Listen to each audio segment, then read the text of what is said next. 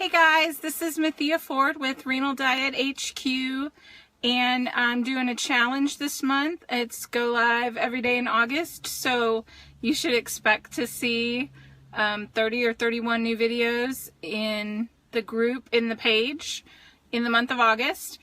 And today I wanted to take just a quick minute.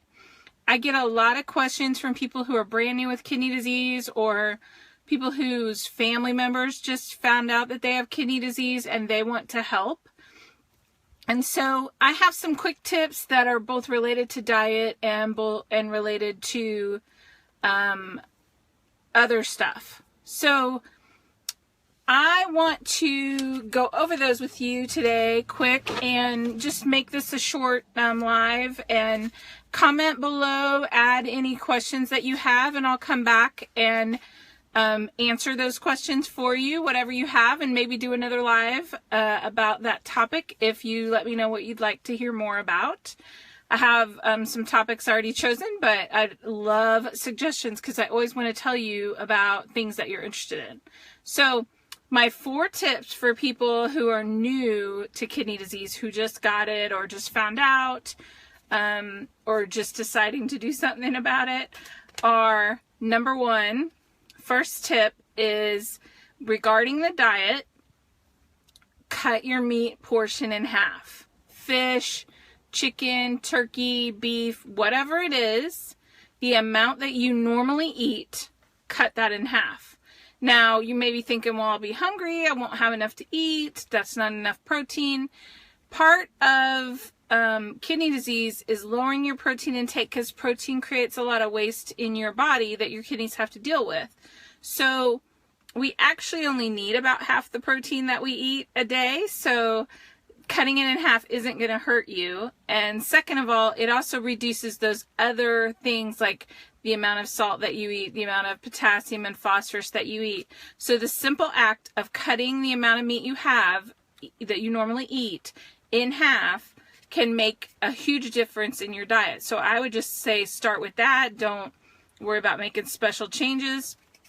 If you're stage 3 kidney disease, this will help you. And the other thing you do kind of with that, because like you said, you may be hungry, is add more vegetables. So vegetables are a low-cal way to add more volume to your diet and more nutrition without adding a lot of more calories. So I would recommend you double the amount of vegetables that you eat, whether it's just adding a salad, adding more carrots, cauliflower, peppers, whatever.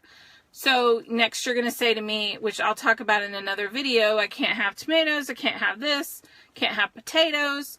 All of that is related to your personal labs, but the fact that you cut your protein in half, your protein serving in half, is going to make a huge difference in your labs, so you may not even need to be so worried about restrictive.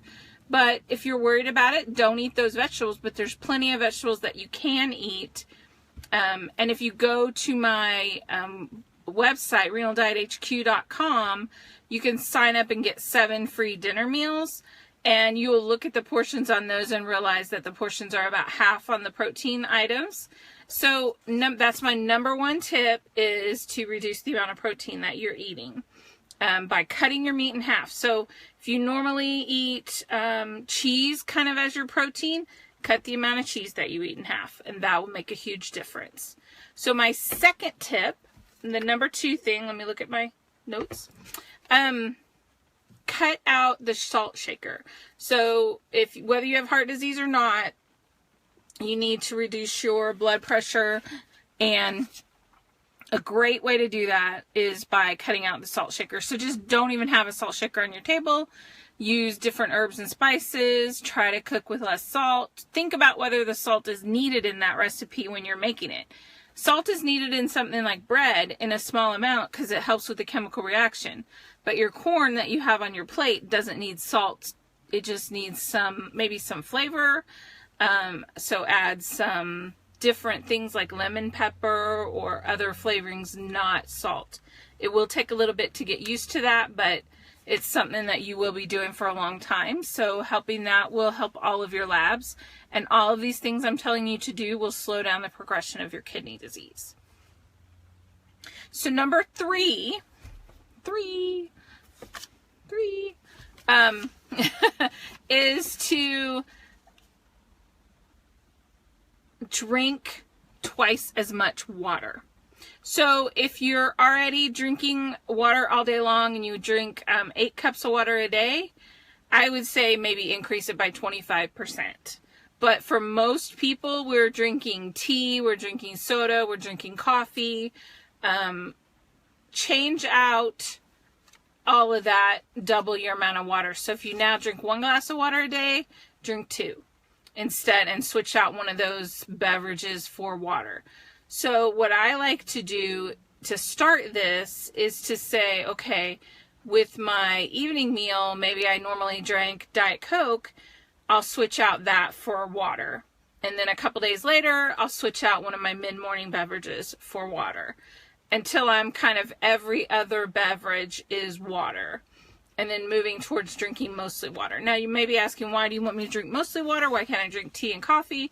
I never said you couldn't, but the more fluid that you go through your body helps to cleanse those kidneys to get those impurities out.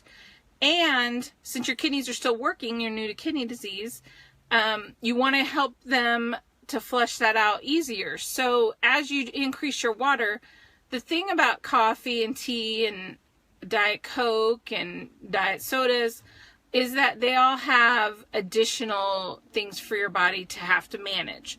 Water by itself, it just ends up diluting things and helping them flow through a little easier.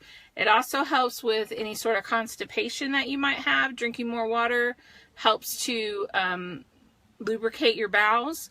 So drink double the water. If you normally drink 8 glasses of water, like I said, you don't have to necessarily double, but unless you're on dialysis, you don't have a fluid restriction.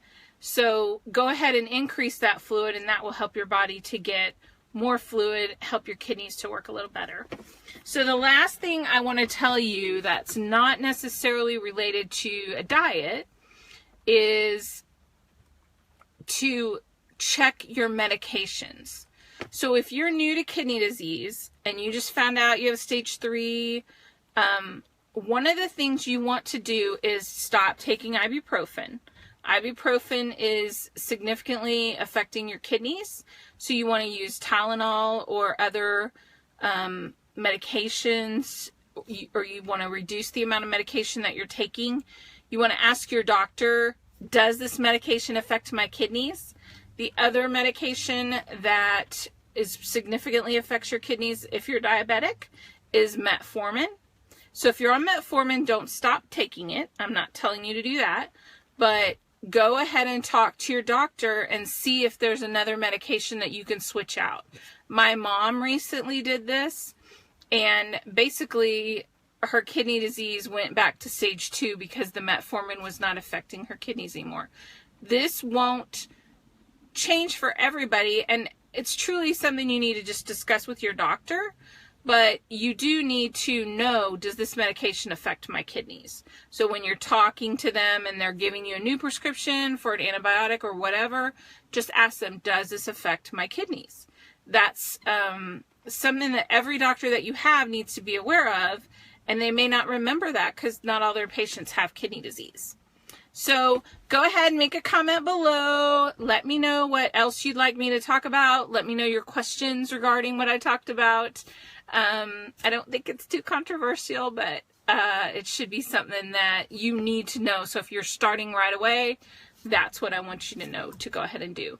So have a great day. Go to renaldiethq.com, sign up for the email list. At the top it says free 7-day meal plan. Sign up there and it will get you to, or you can click on the side or at the top of renaldiethq.com. There's 4 tabs, and one says I have just found out I have kidney disease, one says I have kidney disease and diabetes, one says I have dialysis, and one says I just need more information. Pick which one of those affects you and sign up for the email list, and that will get you where you need to go started with a diet. So have a great day, and I look forward to talking to you more this month and answer more of your questions. So comment below and let me know what you want to know. Thanks. Bye-bye.